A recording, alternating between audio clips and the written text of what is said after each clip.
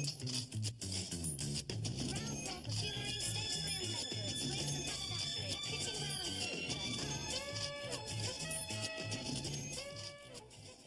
are you looking at your watch for? We've only been here half an hour. I'm worried about Captain Peacock. I've never known him so late. So I explained the situation to Mrs. Axelby. Well, she said, handsome is as handsome does. That's just the trouble. I said it didn't. Any more news about you and that buyer's job? Well, I've got an interview with a lady from personnel. Oh. Who's personnel? Oh, they sent somebody down from head office and ask you a lot of questions. Usually it's a man, and then, of course, it's a pushover. I just wear a short skirt and cross my legs. I'm out of there in a minute. Rolling round the world and looking for the sunshine. Hip up. Mrs. Slocum, just the lady I'm looking for. Do you miss out on that important engagement and you find that you cannot spare the time for that little extra something on your coiffure? Do you wake up in the morning feeling like you've been shot out of a cannon? Do you wish your hair was like this, but when you look in the mirror, it looks like this? What is that? That's a new display model for beauty bonds. The new washable party wig. You can wash it, crush it, screw it, boil it, and it still comes out bang-box fresh. How's that? Take it off. And if you're not off the floor in 1 minute, I shall report you to Captain Peacock. Oh, no, you won't, because he ain't come in yet. And what's more, you know Mr. Rumbold's secretary? She ain't come in neither. What's that supposed to mean? No, nothing. Not unless you happen to see them both come out of the duplicating cupboard together. Unless you see two hands clasped underneath the canteen table. And what is more, who did he keep using his blow tickler on at the Christmas party? Oh, yes. Oh, no. He's much too old. Yeah, she's ever so common. Well, it doesn't matter being common, darling. You ain't exactly Easter Rancid, are you? Do you mind? We live in a detached house. Only because they pulled down all the other ones round. No sign of Captain Peacock yet? No, I've never known him so late, Mr. Granger. As a matter of fact, I was just saying to Mr. Lucas that I'd never known him so late, wasn't I, Mr. Lucas? Oh, you were, Mr. Humphreys, yes, and I was just saying that Mr. Rumbold's secretary wasn't in yet either. No, that's right, he did. He just said that Mr. Rumbold's secretary wasn't in yet either. Then he went like that. What did you mean by that? Haven't you noticed it's been going on ever since the Christmas party? I said we shouldn't have had mistletoe. It always causes trouble. No, it wasn't that. It was the postman's knock. No, it was very badly organised. I got a parcel with 12 stamps on it, called out for 3 and got the night watchman. You're lucky I got Mrs. Slocum. I didn't see Captain Peacock at all that evening. Well, he was with Mr. Rumbold's secretary. Yeah, and then he told her that we were going to play sardines and he took her into the broom cupboard. We'd never have found him yet, except he caught his blow tickler in the door. Yeah. She said she'd missed her last bus, so he said he'd give her a lift home to Reading. He was last seen surrounded by policemen playing Amazing Grace on a breathalyzer bag. After that, Mr. Humphrey. Men's apparel. Assistant 13 speaking. Unlucky for some. Oh, hello, Mrs. Peacock. Can I help you? Mrs. Peacock. Yes? She wants to know if Captain Peacock got back safely from his conference in Birmingham.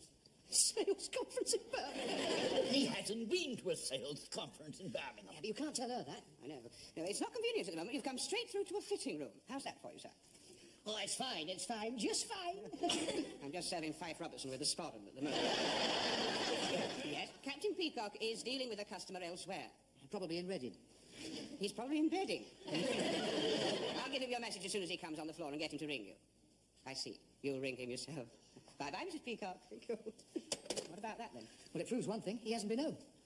I do hope he hasn't gone off the rails.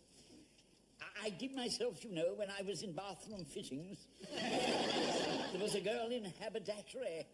I got her into trouble. What, with the supervisor? In the club. Oh, you mean the social club? The pudding club. Do you think you invented it? Look, there he is now. Oh, and there she is. Don't let him see us looking. Oh, it's disgusting. Tending to ignore each other. Did you see that? Did you see that? Carry on as though nothing has happened. Good morning, Mr. Humphrey. Oh, good morning, Captain Peacock. Good morning, Mrs. Slocum. Good afternoon, Captain Peacock. Yes, I am a bit late. There's a reason, of course. Yeah, and here it comes. And the next object is a lie. A lie. Yes, I'm afraid I overslept, and so did Mrs. Peacock, and the alarm failed to go off. Yes. Well, the alarm's gone off all right now. Mrs. Peacock just phoned. What did she say? She wanted to know if he got back all right. How thoughtful of her. From your sales conference in Birmingham. Yes, well, I can explain that. Yes. You better explain to her now. Men's ready-made. Oh, hello, my dear. How sweet of you to ring. What on earth makes you think that I wasn't in Birmingham? How could your brother have seen me driving through Reading? But, darling, there must be lots of Fords with a broken rear window, missing hubcaps and a dent in the rear wing. Huh? Well, if he had a girl with her, that proves it wasn't me. Where was I when you last called? In bedding. I was in bedding. No, not Reading, bedding. Look, there's really no need for you to come over here to talk over anything. We can easily have a little chat when I get home. No, look, I must go. We've got a lot of customers. Okay, yeah, that's fine. Yes, you've been a very attentive young man. Thank you, Mr. Robertson. And don't worry if the Scotland's a bit long. It's bound to ride up with wear. As you can hear, dear, we are very busy. Bye-bye, darling.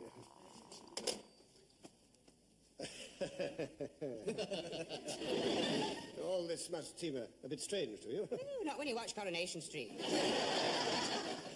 Don't worry, Stephen, we'll back you up. If you're referring to the rumours that there is something between Mr. Rumbold's secretary and myself, I most categorically deny it. Excuse me a moment. Not here. Mr. Rumbold wants to see you. We don't have to make a secret about that. I'll be there in a minute. She just came to tell me that Mr. Rumbold wishes to see me. Yeah. Of course, it's none of my business, but while you're in there, I should get Rumbold to back up your story about the sales conference in Birmingham. Well, I can't overlook your lateness. I shall have to forward this report. Come in. I shall only be a moment, Peacock. I'm just taking down the details of why my secretary was so very late this morning. Now, let's just run over this. You spent the night with Stephen in a car shelter. No, with my friend Stephanie in Carshalton. Yeah. And by mistake in the morning, she took the Homburg from the bedside table. Handbag. Oh, yes, handbag. With your season ticket in it, and by the time she returned, you were late. Do you have anything else to add? I'm sure she hasn't. No, sir. Yes, well, I can't promise that you won't hear more of this, that's all.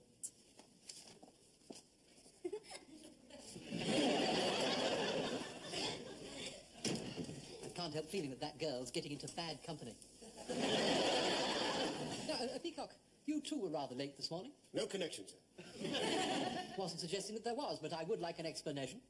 Well, sir, for reasons I'd rather not go into, I told Mrs. Peacock that I was with you at a sales conference in Birmingham. But I wasn't at a sales conference in Birmingham. I know that, sir, but couldn't you pretend that we were at a sales conference in Birmingham? Is this some kind of game? No, sir, but if Mrs. Peacock asks you, it's absolutely vital that you bear out my story. After all, we have known each other 14 years, man and boy's wear. I'm sorry, Peacock, but I was in London last night, and our friendship is not strong enough to make me say that I was 90 miles away in Birmingham. Watford Gap? Rumbold here. It's my secretary's father. Yes, we were rather worried about it too. But there's no cause for alarm. She spent the night with Stephen in a car shelter. Stephanie in Carshalton! It's my glasses. With Stephanie in Carshalton. I see. Oh, dear. Well, you better do as you think best. Yes, goodbye. These young girls, all the tissue of lies. The father phoned Stephanie, and you can guess the rest. She didn't spend the night in Carshalton? Precisely. Has he any inkling where she did spend the night? No, but he's coming here to see the girl and find out. I suppose it's absolutely out of the question to have the rest of the day off. Rumbold here. Mrs. Cannon from Personnel's coming over in 5 minutes to interview Mrs. Slocum. Is it all right if she uses your office? Yes, of course. Well, that will be all, Peacock. Thank you, sir. You've been most helpful. Oh, Peacock, I tell you what I can do. I can try to be elsewhere if Mrs. Peacock calls. Thank you, sir. Get me Mrs. Slocum, will you? Oh, it's juggiest for you. Mrs. Slocum, Underwear. Oh, in your office, Mr. Rumbold. Oh, yes, thank you very much. Oh, wish me luck. I'm going to be interviewed now with the lady from Personnel. You know, I think I'll wear my glasses, make me look older. I mean, I don't want to look too young for the job. On the other hand,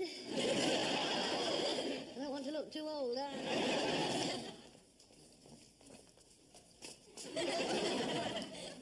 Everything all right, Captain Peacock? Yes, up to a point. Was Mr. Rumbold helpful? Let's put it this way.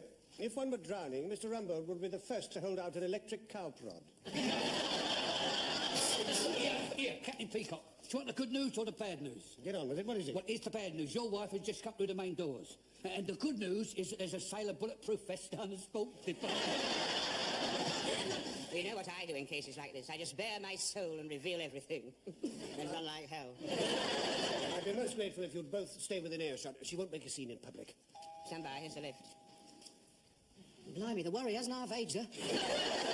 That is not my wife. This is my wife. Stephen, Oh, hello, my dear. I didn't expect to see you. where were you? When, dear?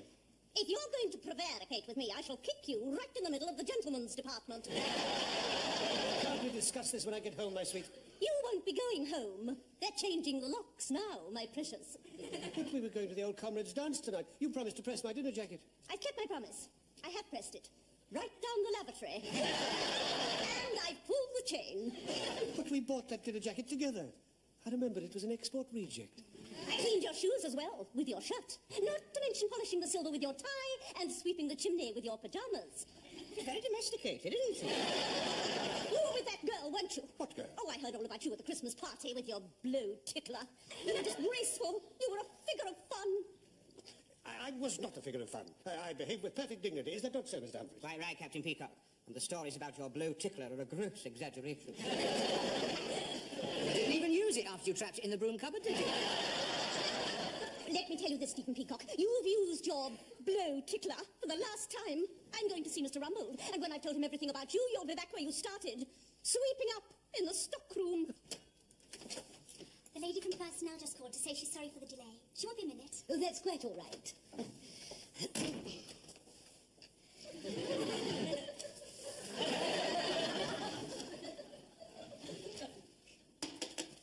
Enter.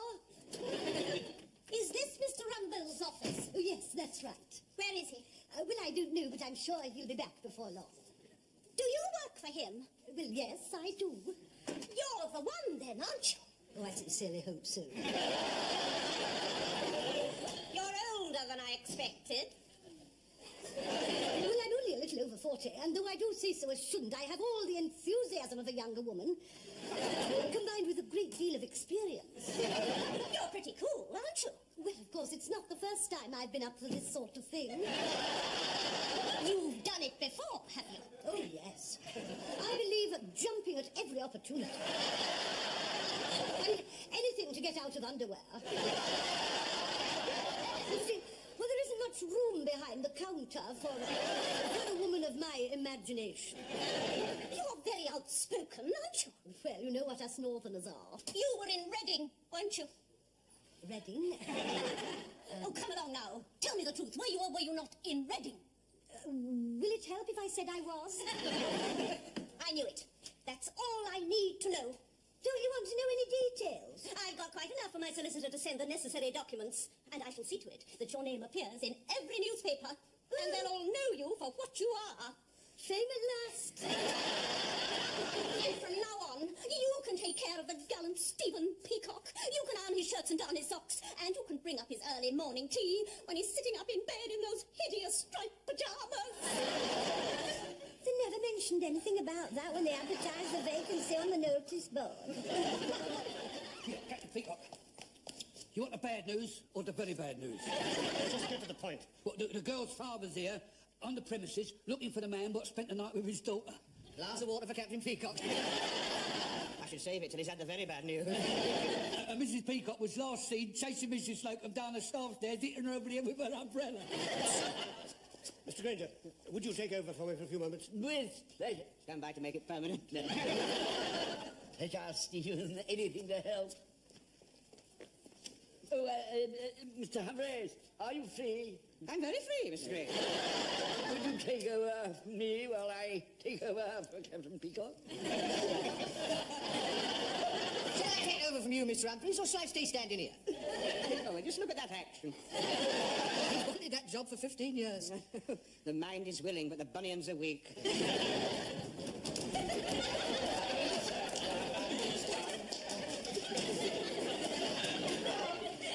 take over from Mrs. Slocum? It don't look like she got the job. Hey, look at that. It's the girl's father. Oh, good morning, sir. Can I be of any help? Are you the person in charge of this department? I am, yes. Yes, so you're the one who's ruined my daughter's reputation. Do you mean the girl who was in haberdashery? Oh, there's another one. But that was 25 years ago. But you're still at it. You see, this was for my daughter's wedding next week. Now, her fiancé has walked out on her. And why? All because of you.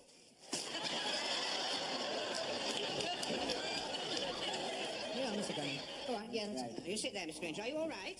What? I said, are you all right? No, of course I'm not all right. How can I be all right with currants in both ears?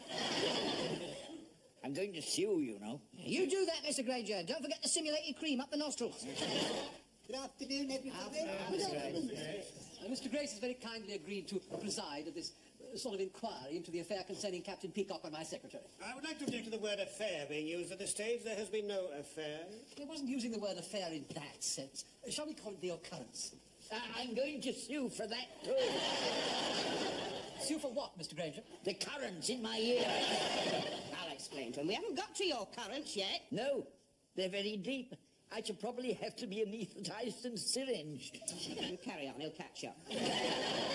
We also have to consider the case of the assault by Mrs. Peacock on Mrs. Slocum, an assault witnessed by Mr. Harmon. Yes, I had one up my nose, but I got it out.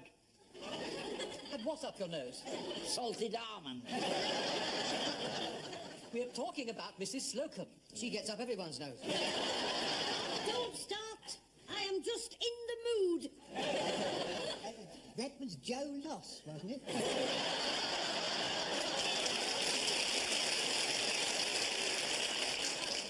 What was Joe Loss, Mr. Gray? In the mood.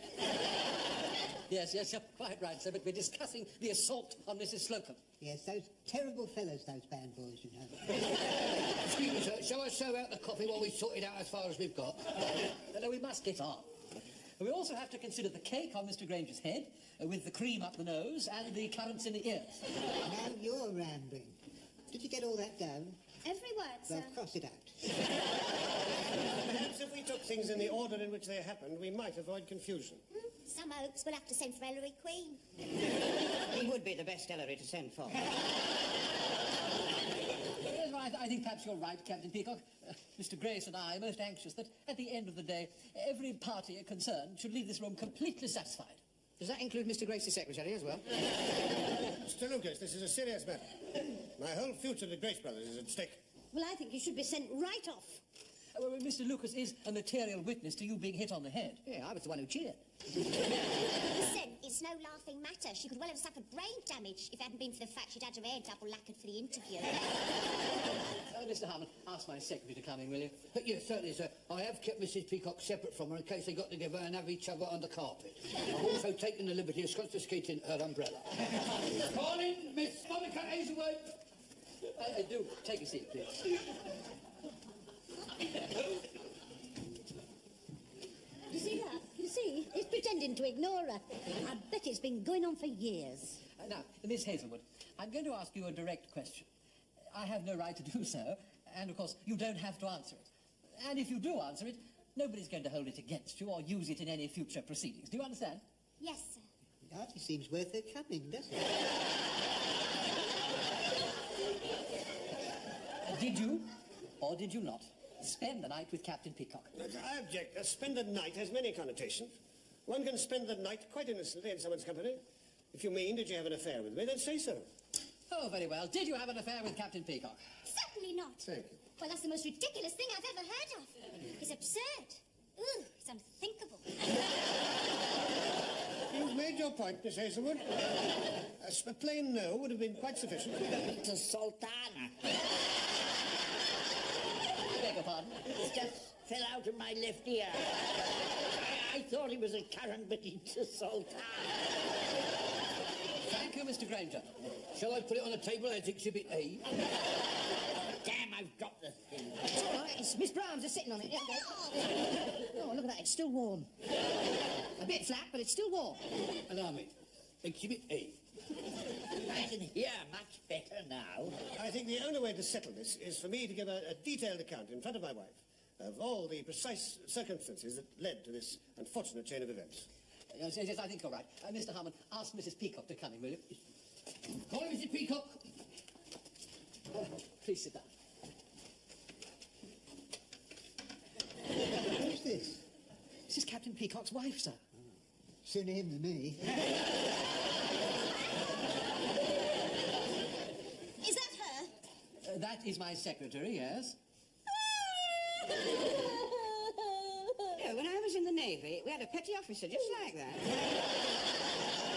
I noticed she didn't burst into tears when she thought it was me. Funny, that. I'm so sorry, it was such a shock. First of all, there have been rumours for some time that I've been paying attention to Miss Hazel. It has been said that at the Christmas party, I pursued her with my blow tickler. Give it me. One blow tickler.